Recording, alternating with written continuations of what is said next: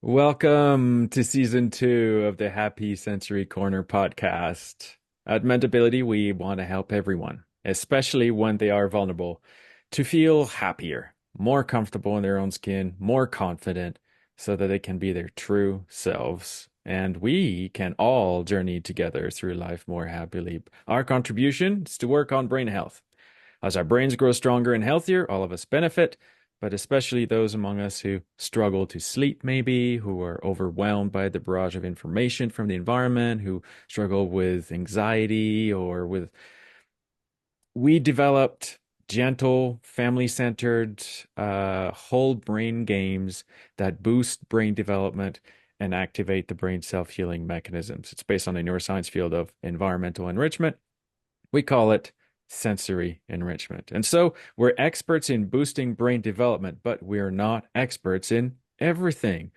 In fact, there's a lot that we're not experts in. For example, we're not experts in what to eat, physical activity, advocacy, education, job training, recreation, travel. Today, we want to talk about caregiver support. And so I'm really excited to introduce you to, and I think this is going to be a fun episode for everyone. I want to introduce you to Jeanette Yates. Jeanette is a certified life coach, yoga instructor, modern mindfulness meditation teacher. She's the founder of the Self Caregiver, where she helps caregivers take back their time without guilt, even if it's all on them. Folks, I've had so much fun preparing for this episode. Jeanette gets it. She shoots straight. She has fantastic analogies. We all have always known that we need to care for ourselves first. Put on our own oxygen mask first is what we hear all the time, right? Well, the way Jeanette talks about it blows all of that out of the water. Guys, fasten your seatbelts, pull up your socks. We're not in. We are in for a great conversation about how, and this is a title that she and I came up with together. And I think this is something you said, Jeanette. Self-care sucks, but we have to do it anyway. Jeanette, thank you for joining us. Thank you for having me. I'm so excited to be here, and we are going to have fun. And I just do want to say, I love self-care, but the way self-care is talked about in the world, yeah, I think that sucks. And so the way I talk about it hopefully will make you not feel like self-care sucks. So if you're listening and you're watching and you're like, why is the self-caregiver telling us that self-care sucks? It's because we're going to take all that stuff and throw it out and create our own self-care. Let's do it. Perfect. So I love to start with connecting with our guests. Tell us a little bit about yourself. What did little Jeanette experience early on in life, or maybe later on in life, that made you see something that nobody else saw, and you decided, well, what's your journey? What's your why? Well, so when I was 8 years old, I became a caregiver, only I didn't know that's what was happening. I just knew that my mom got really sick and it was my job to help her. And so I grew up with, um, I grew up feeling loved, but also feeling like it was my responsibility to take care of my mom.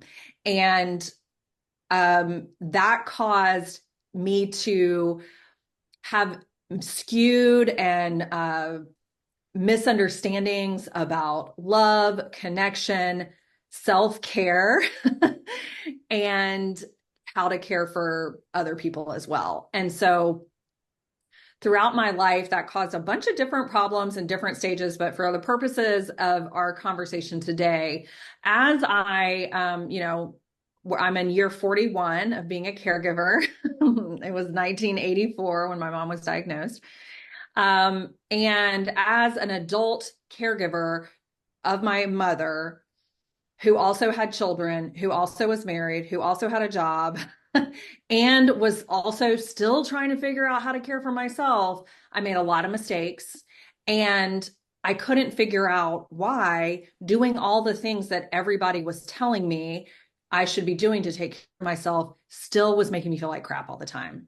I still felt fat and ugly. I didn't have any energy. I was a terrible wife, a terrible mom, a terrible caregiver. Like I had all this negativity going on. And I'm like, but I'm meditating, I'm exercising, I'm, I was a Pilates instructor. I was a nutrition coach. Like I was journaling, I was praying, I was la, la, la, la, la, all the stuff. It wasn't working. And so my why is I asked myself the question, why is none of this working?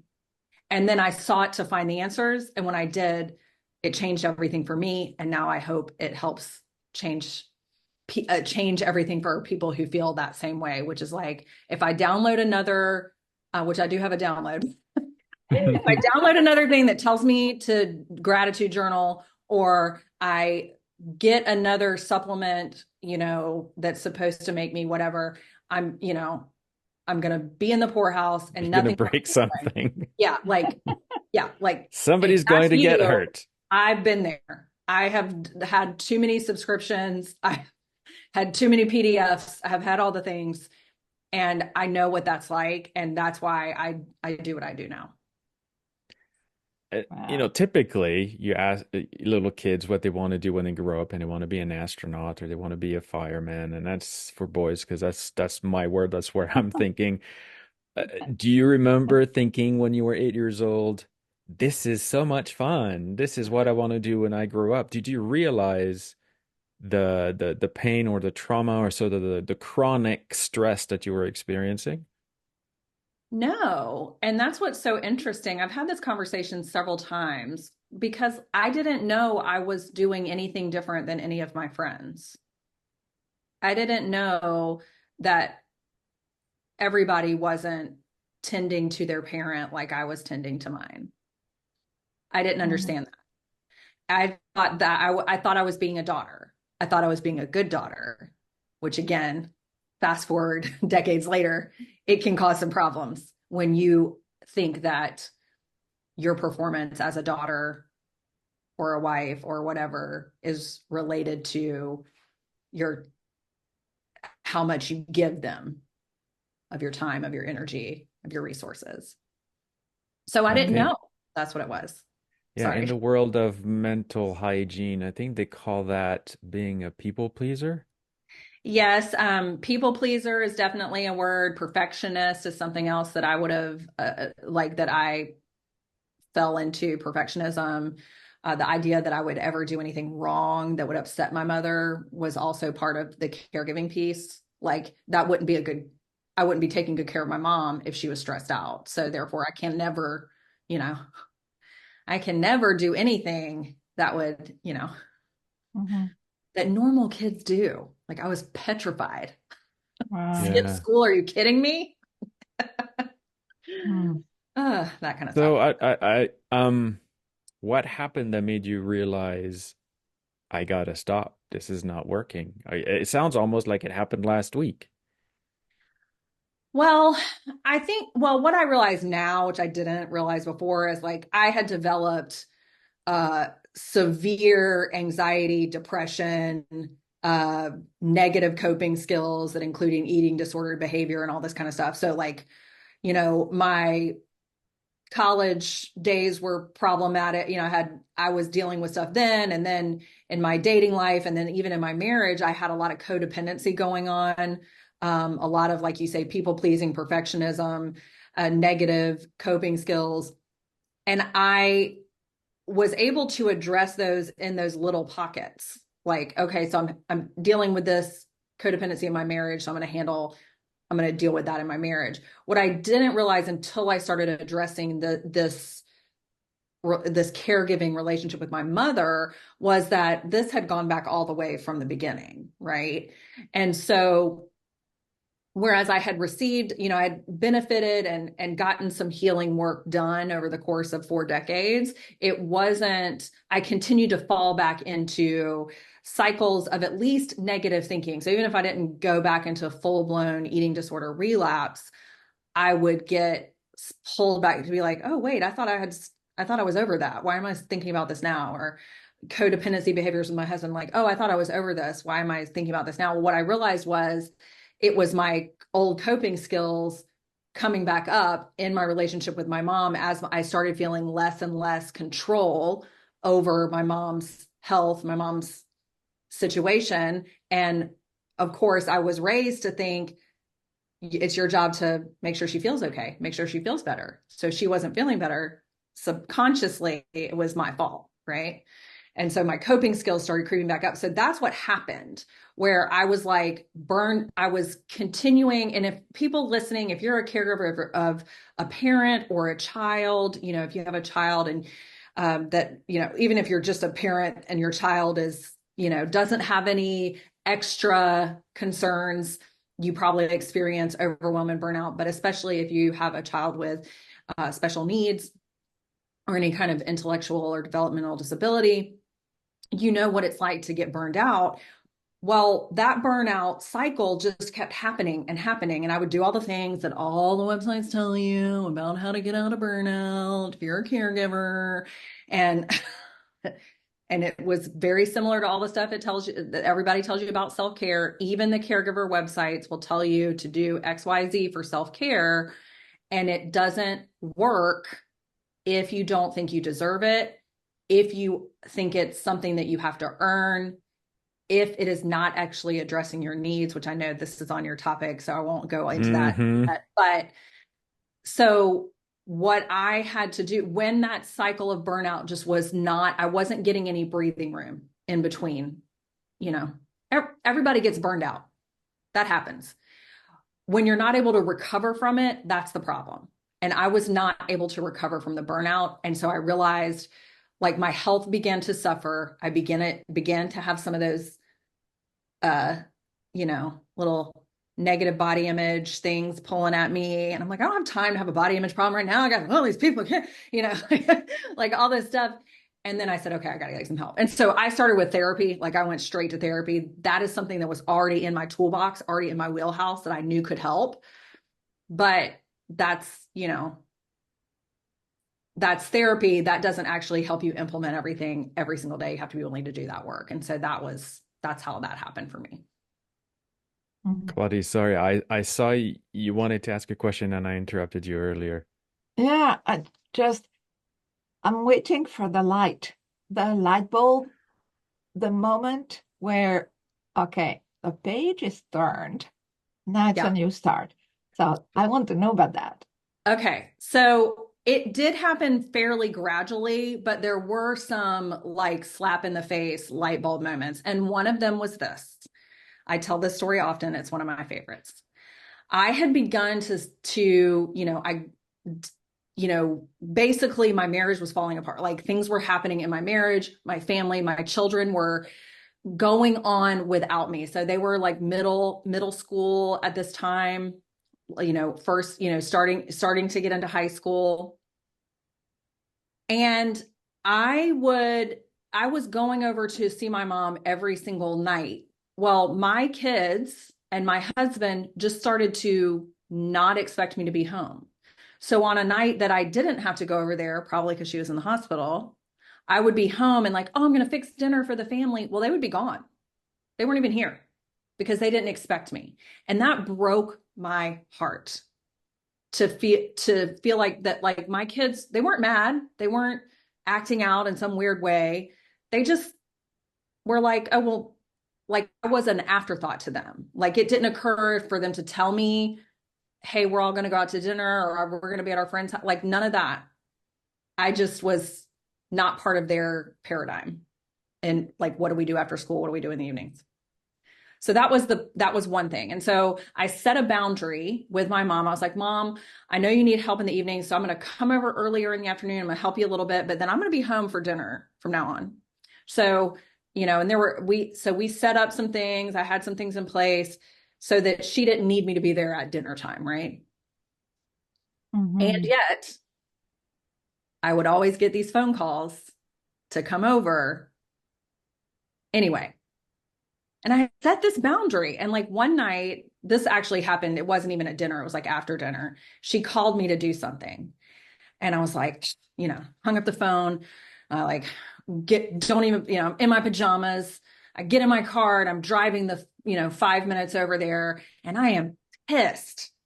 I'm really upset. And I'm so mad at her and I'm frustrated. And then all of a sudden I'm like, why am I mad at her? I'm the one that broke the boundary. She just called and asked me to do something. I'm the one that actually is doing it. I'm the one that got in my car. I'm the one that left my family. She didn't do that. If my boundary was I'm not going over there, then that's my responsibility to keep. So that is like one of the first times I was like, okay, you've really got to work on not having these trigger point responses to everything that your mom says. You need to learn how to be a caregiver in a way that actually makes sense for her and you and your family. So I think a lot of times caregivers in the equation of like, how do I be a good caregiver? It's like, what does the person need? And that's the only equation, part of the equation is good caregiver equals whatever they need. And it really there needs to be some component of what do I need physically, emotionally, mentally, relationally? What is my what are my other responsibilities in life? And also, how can I contribute to the care needs that they have? So that was one of my light bulb moments when I just was like, I just started laughing in the car, like, why am I getting so mad at her? She didn't, she maybe does need something. I don't have to. I have a question. Yeah. Did you continue or did you go back home once you got aware? That night I went ahead. I mean, it's literally 5 minutes. So probably like I was pulling into the driveway when I realized like all this, but I went in and did it. But then I said to myself, okay, so now from now on, because the spoiler alert, there was something every single night like that, like it never stopped. And so I was able to, I didn't always say, no, I'm not coming, because there is, especially when you're a caregiver, there is some time where there needs to be something attended to immediately versus no, that can wait. What I had to do was learn the difference between this is an emergency or this can wait, or this isn't necessary at all, So what is the first night I first did go. what I want to know is the first thing you did for yourself without feeling guilty.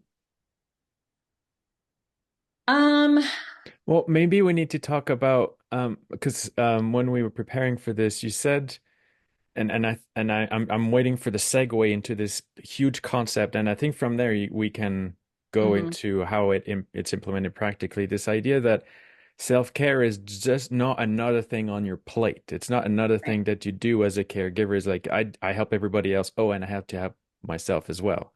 You said it's not another thing on your plate. It's the plate that holds everything else. Maybe talk about that and then tell us how this translates into practical things like, okay, that means boundaries. That means sometimes I'm not going to help, or sometimes I talk about that. Well, and I think to Claudie's point, the idea of not feeling guilty starts with, it wasn't necessarily even something I did. It was the way I thought about myself. And so, and my own worth and value. So it was a changing of the way that I approached not a certain point of my day. I'm going to work out every day and not feel guilty about it, or I'm going to, go get a massage every week and not feel guilty about it. That wasn't what it was. It was, I'm going to listen to what my needs are first in every day. And I started like in a small way like that. What do I need right now this morning today when I wake up? And once I got good at just kind of addressing the right now, then I was able to kind of expand it out. Like, what do I need right now in my life? Right. But like, that's a big chunk to bite off. So I started with this small, like, I was so exhausted, so burned out, so depleted. And I felt so guilty about needing a nap or not feeling like I had enough energy to go to the pool party or the whatever. And then I said, you know what? I'm tired. I need a nap because I'm exhausted. I'm traumatized. I need to recover. Like my body needs a break. So I'm not going to feel guilty for taking a nap. I'm not going to feel guilty for not going to the family barbecue and staying home instead and resting. or being by myself because I've been in the hospital with people around me all the time. I'm not going to feel guilty about that. Honestly, that's the first thing I did without feeling guilty, was just saying, no, I'm not going to feel guilty that I didn't go do this, or I'm not going to feel guilty that, I don't plan anything in the middle of the day so I can take a nap. I'm not going to feel guilty about that. That's what I need to do. I'm going to do it.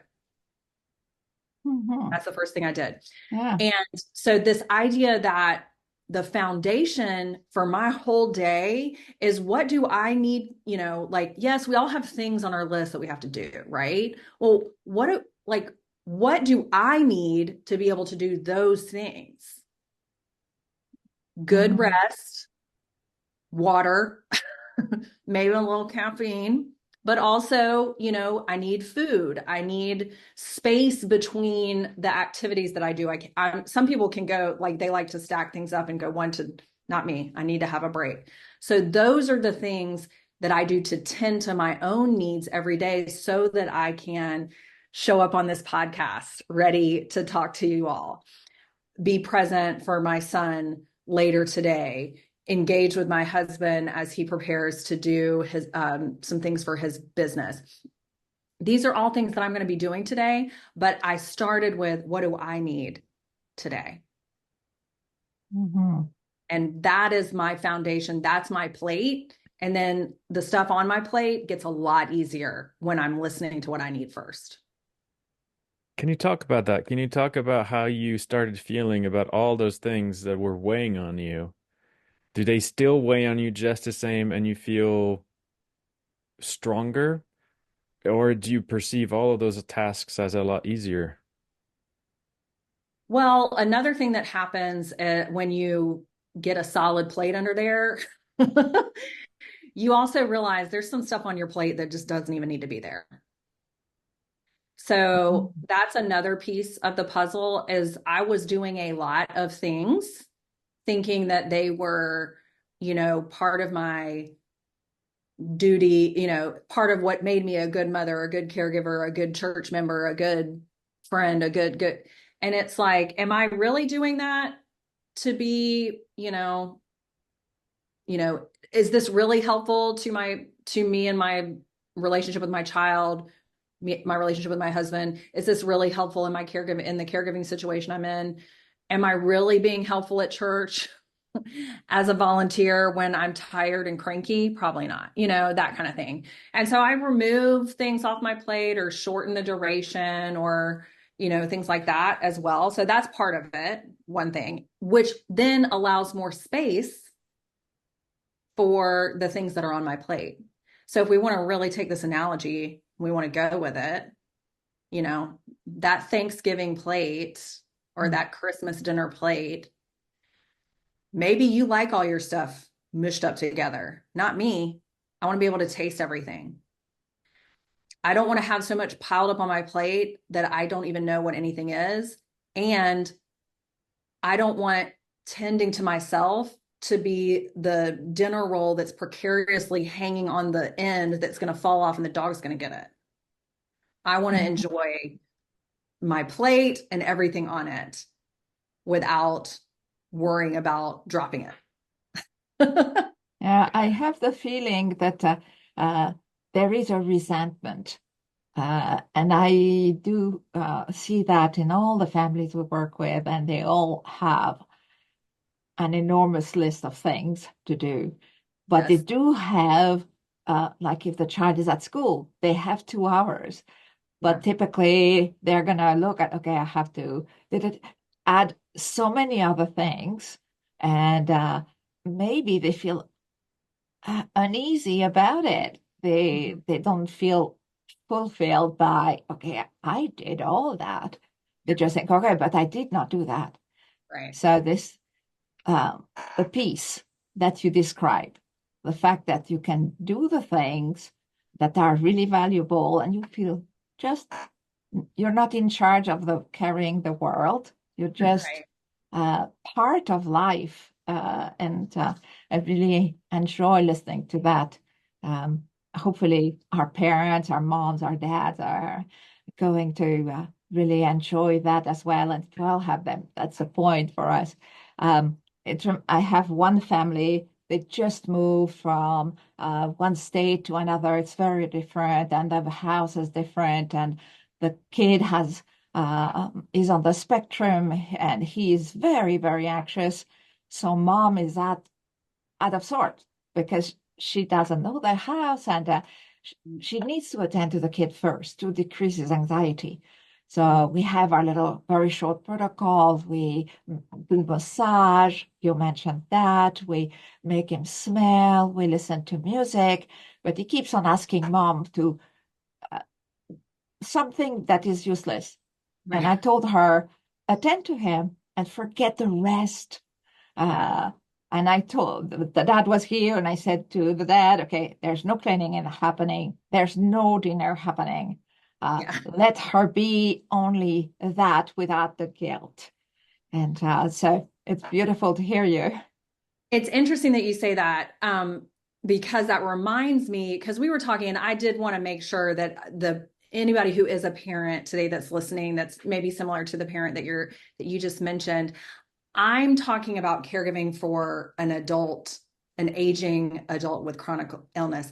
That is different. And I acknowledge there is a difference between an adult caring for an aging parent and how caregiving is different when you are both trying to be the parent of a child and their caregiver. There are components that are going to be different. But what I would say, I know in my experience, I had to learn the difference between, am I doing something right now? Am I wearing the caregiver hat or the daughter hat? And I think probably, if I had to guess, there would be some times as a parent who has also the role of caregiver for their child, there are some times where as a parent, you want, and maybe even a caregiver, there's this like, well, this is an opportunity to teach them a skill.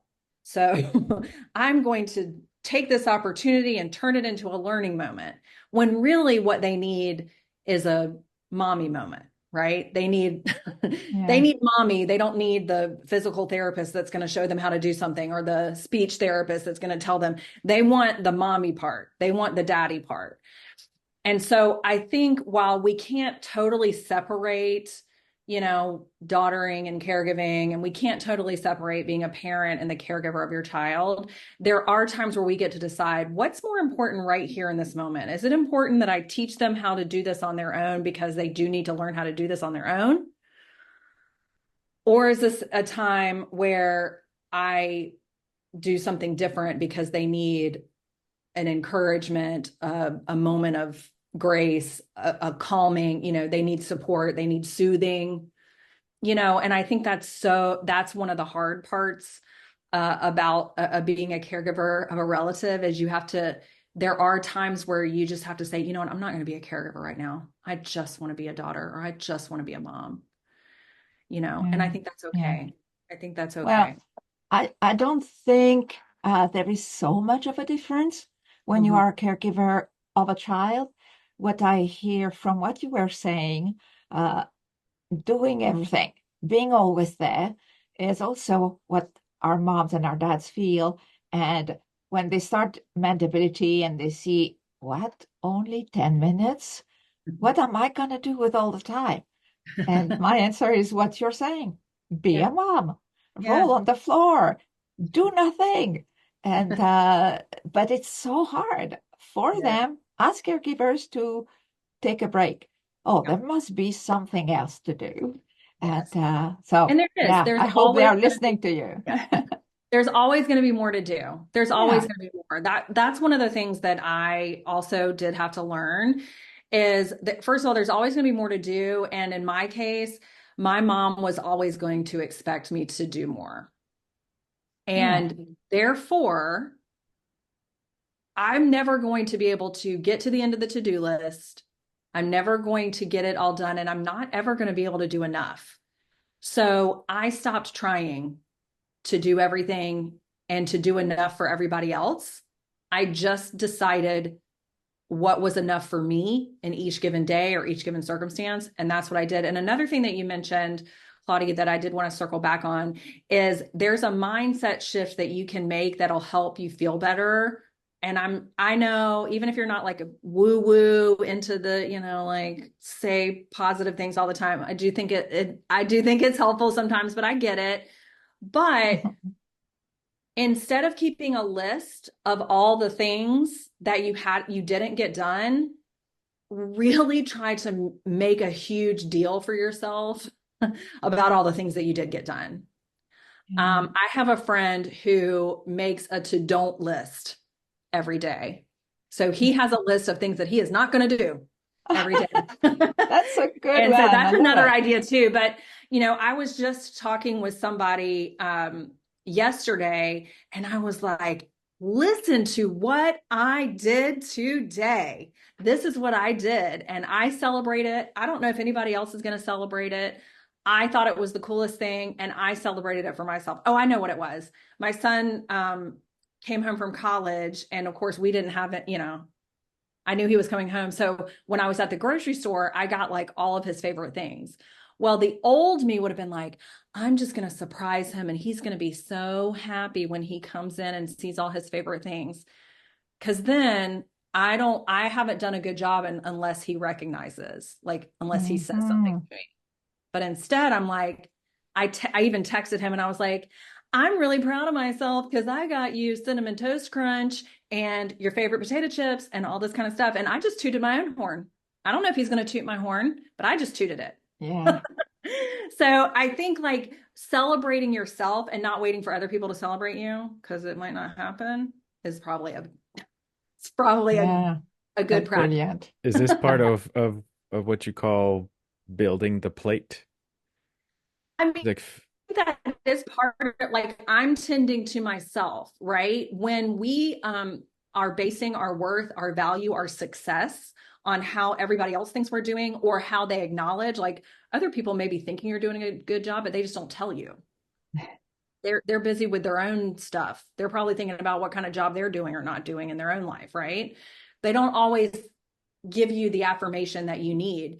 So when you are, one of the things that you can do to build that foundation of self-care, and I like using tending to yourself, because like self-care, even though I'm trying to change what it means, I have a whole industry to fight against. I don't know if it's going to happen.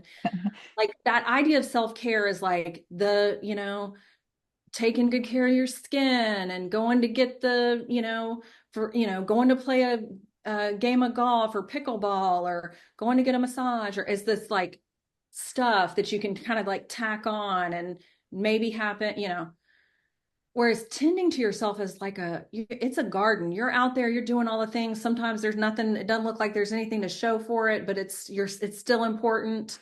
You're doing the work every day, and it's those little things, how we are treating ourselves, how we are tending to ourselves, how we're talking to ourselves, that's going to keep that foundation, keep that plate, put together strong, so that, and when we have a day where no one else is appreciating us, which caregivers, mamas, parents, I know you have days where you're like, does anybody even know all that I'm doing? There's going to be plenty of days where nobody acts like you're even in the room. Nobody acts like they notice or care. But if you know, if you care, if you are thanking yourself, if you are referring to your why, like, it's important because I think it's important.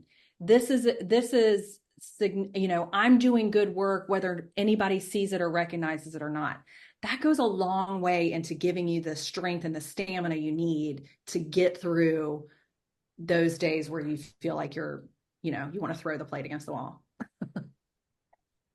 Yeah. I think I may have messed up my metaphor there, but so do you have a list of the things that you need on a regular basis so that you can pay attention? Did I do it? Or is it spontaneous? And today I think I need Right. So obviously there's a whole, like, not, this does not happen overnight, especially when you are not attuned to what you need. Like a lot of times when you ask, you know, a caregiver, like, how can I help? Or what do you need? They're like, I don't know. I'm just exhausted. I'm just so tired. Like they don't, they're overwhelmed. They don't know. So it does take time, which is why, and I think, Kim, we did talk about this, and I think this was on the list. Yeah. I always start with the basics. So I remember being in high school and college and taking psychology and learning about Maslow's hierarchy of needs. And there's the pyramid there, and like the top of the pyramid's like self-actualization and like, oh, and the bottom is like food, sleep, Uh-huh. hydration, shelter. You have got to start there. Now, most of us that are listening to this podcast probably have shelter. Praise the Lord, right? Yes, that's a good thing. But are you getting enough sleep? Are you eating enough? Chances are you're, you know, some people are like, oh, I'm eating too much because I'm no, no, no. Like you're probably not eating enough. More times than not, you're not eating enough. Are you drinking enough water? That's the basics. So once you get there and you can, your body actually knows, oh, I'm going to get the basics I need every day. Then that's the first step. And then there's a few techniques you can learn to like start to actually be able to listen to yourself. But I have worked with addiction experts, addiction therapists, all these people, and they said a lot of times when you are really overwhelmed, stressed out, all these things, you jump to either, you know, in some cases there's all these other coping skills you're trying to do, but you're not attending to your basic needs, you're attending to these other needs that are higher up, but they don't work if the bottom of the pyramid isn't there. So if you don't have enough sleep, and I'm saying sleep because that's what we're missing the most, I have found, then none of the other stuff matters. None of the other stuff matters. And so typically when I work with a caregiver, and I use this even when I used to be a fitness instructor, and someone would say, you know, like, what, you know, what should I do to X, Y, Z, you know, I'd be like, well, you have to start with the basics. You have to do what your body is telling you. And now there are reasons that your body might be tired that are not, that may be a health issue like thyroid or something like that, or all that kind of stuff. But chances are, if you're a burned out caregiver, if you're overwhelmed and stressed out all the time, if you are too tired to do self-care, the self-care you need is sleep. Mm-hmm. It's sleep. So whenever you're like, I would do self-care, but I'm just too tired, then my thing to you is then the self-care you need to do the most is sleep, rest, you know. Mm-hmm. And so that's where I start. And then you learn, you know, like I said, there are techniques you learn to listen to what your body needs. In general, what I say to people is you want to ask yourself, like if you're trying to decide what do I need each day? We know we need food, sleep, water, shelter. Okay. We know that. We've got that. Then you're trying to decide, like, what do I need to do? Do I need to do this plan? Do I need to sign up for this program or do this diet or this, you know, all this kind of stuff. You want to say to yourself, what do I need to, what is my purpose right now in my life? So for example, if you need to be able to help your child with physical therapy, and that involves getting up and down off the floor and doing, you know, movements, then you need to work on flexibility, right? You need to work on, you know, things that make you more flexible. Core strength is going to help you get up and down off the floor without hurting your back. Those are the kind of things you need. And so when I work with caregivers, we kind of talk about stuff like that. But in general, if you ask yourself, what do I need to be able to be doing with my life right now? And you're able to do it and you're not in pain and you have enough energy, then you're probably doing enough of, you know, and if you want to do something for fun, please, like I'm all about some programs and I'm on a Peloton. I get it. Like I don't, like I do Pilates, all that kind of stuff. But like, I think there's not going to be a one program or one type of exercise or one thing or one food plan or whatever that's going to solve all the problems. You have to ask your body, like, well, if if every time you eat your stomach hurts, your diet, you probably need to work on, maybe eat something different, like that kind of thing. Don't make it so hard. Doesn't have to be so complicated. Mhm. I could teach a whole class on that alone. Well, So I mean, it sounds like your coaching program covers a lot of different things, right? So you look at the whole person and right, everything they would need to build a strong plate to then care right, for the child, the right. parent, and everybody else in their family. So at some point, the plate's going to fall. Yeah, At some point, there's going to be a move to a new state with a new house and a new everything, and it's going to make everything hard. And some of the old coping mechanisms, I think you said that earlier, are going to creep back in. And that plate that you thought was super strong actually had some cracks in it. How many, how much cracking do you tolerate? Do you stop everything and say, no, no, no, no, my plate's got to be 100% otherwise? So is self-care about maintaining a state of 90 to 100% all the time? Is this is this how you see it in your mind? I Or think so. I think that moving or having a crisis or any of those, having a health crisis or anything like that, that's not a crack in the plate, because the plate is if the plate is a solid foundation, then you're going to say, whoa, okay, things are, a lot of stuff's coming on my plate all of a sudden. Different things are coming. I don't know what to do with this, but I know I can figure it out. It starts with this self-awareness that you have the capability to figure it out. When I was studying about, when I was learning about mindfulness for my certification, it talked about, like, this idea, people who practice mindfulness aren't walking around all the time like super zenned out and like floating on a cloud, right? What they're able to do is in an environment, in a circumstance, they don't immediately react. There's a pause. The mindfulness is the pause so that then they can respond. So I think the plate, when you are tending to yourself, tending to that plate, when you are taking care of yourself, when new things happen, you take a moment to respond.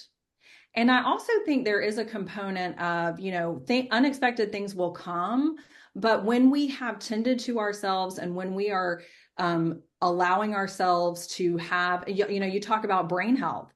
We have to be well nourished. We have to be, have enough sleep. These types of things so that our brains can work properly. We do not get so overwhelmed with the unexpected.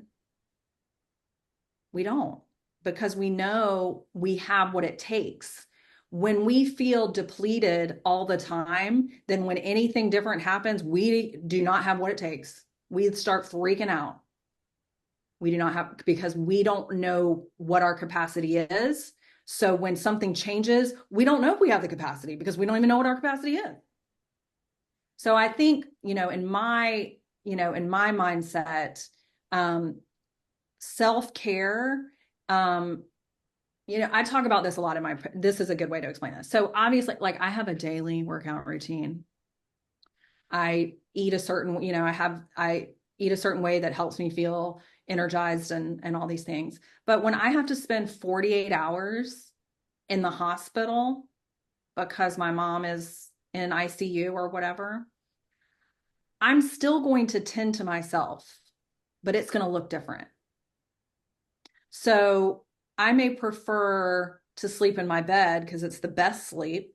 And I still will come home sometimes from the hospital if that's the best thing at the time. But if it's the best thing for me to be in the hospital, I am going to find a way to get some rest. even in the hospital. I also have learned enough to know to pack a bag, things like this, where I know the things that I'm going to need to tend to myself when my mom's in the hospital. She's being well tended to in the hospital. I need snacks, water, a phone charger, and a pillow, right? Or whatever those things are for you. And so I can still take care of myself even in a crisis situation, even when I'm on vacation. People always act like this, and this is like just in the real world, the non-caregiver people are like, oh, vacation just throws me off of everything. And it's like, you can still take care of yourself on vacation. Like you can still sleep. It's still, I don't know. Like it just looks different. You're just in a different location. Doesn't mean we stop taking care of ourselves.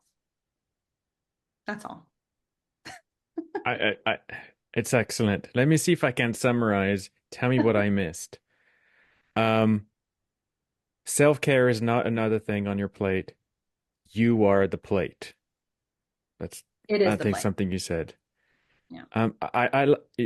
So I was thinking you are the plate. I like the analogy of, of you being the plate that you build and strengthen, but you're saying self-care is the plate. What's the difference? I don't know. I don't know. I don't want to get too caught up in whether it's you or it. All But I right, just it know is the that, plate. yeah, like, That's point number one. self-care isn't something to put on the plate. It's the plate. It's the foundation. It's the kind of the way I think of it. So, we have to have that foundation. We have to take care of ourselves. There's a lot of caregivers out there that are like, there's no one else that can do what I'm doing for my child or my parent. I'm the only one. I have no support. There's nobody else. And I just want to say this is something I have to say to myself. This is something I say to caregivers all the time, and any caregiver that's listening.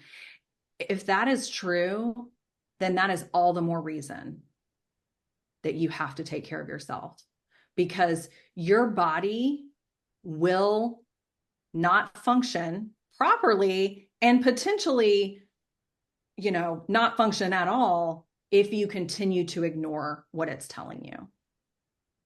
And then the person that you say is counting on you isn't, you're not going to be able to be there in the way that you want to be. Mm-hmm. And so I think that is why, even when I don't want you to do another, I don't want you to keep doing things that don't work.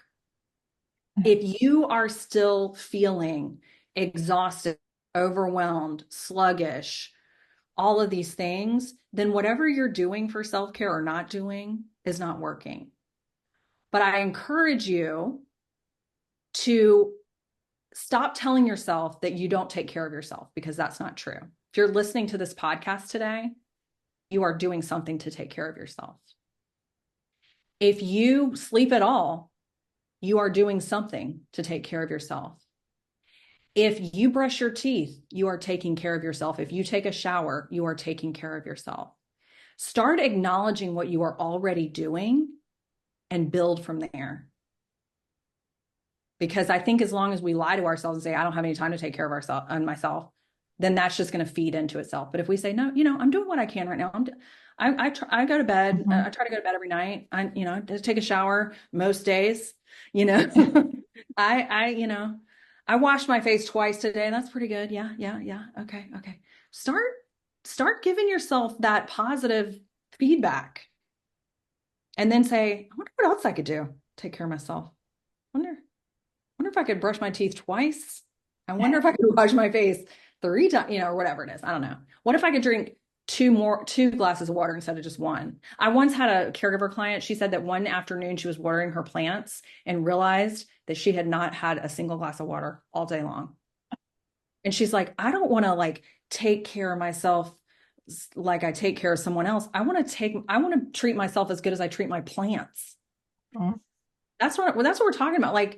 Give yourself some credit for what you're doing and do those basic things. So anyway, I'm sorry.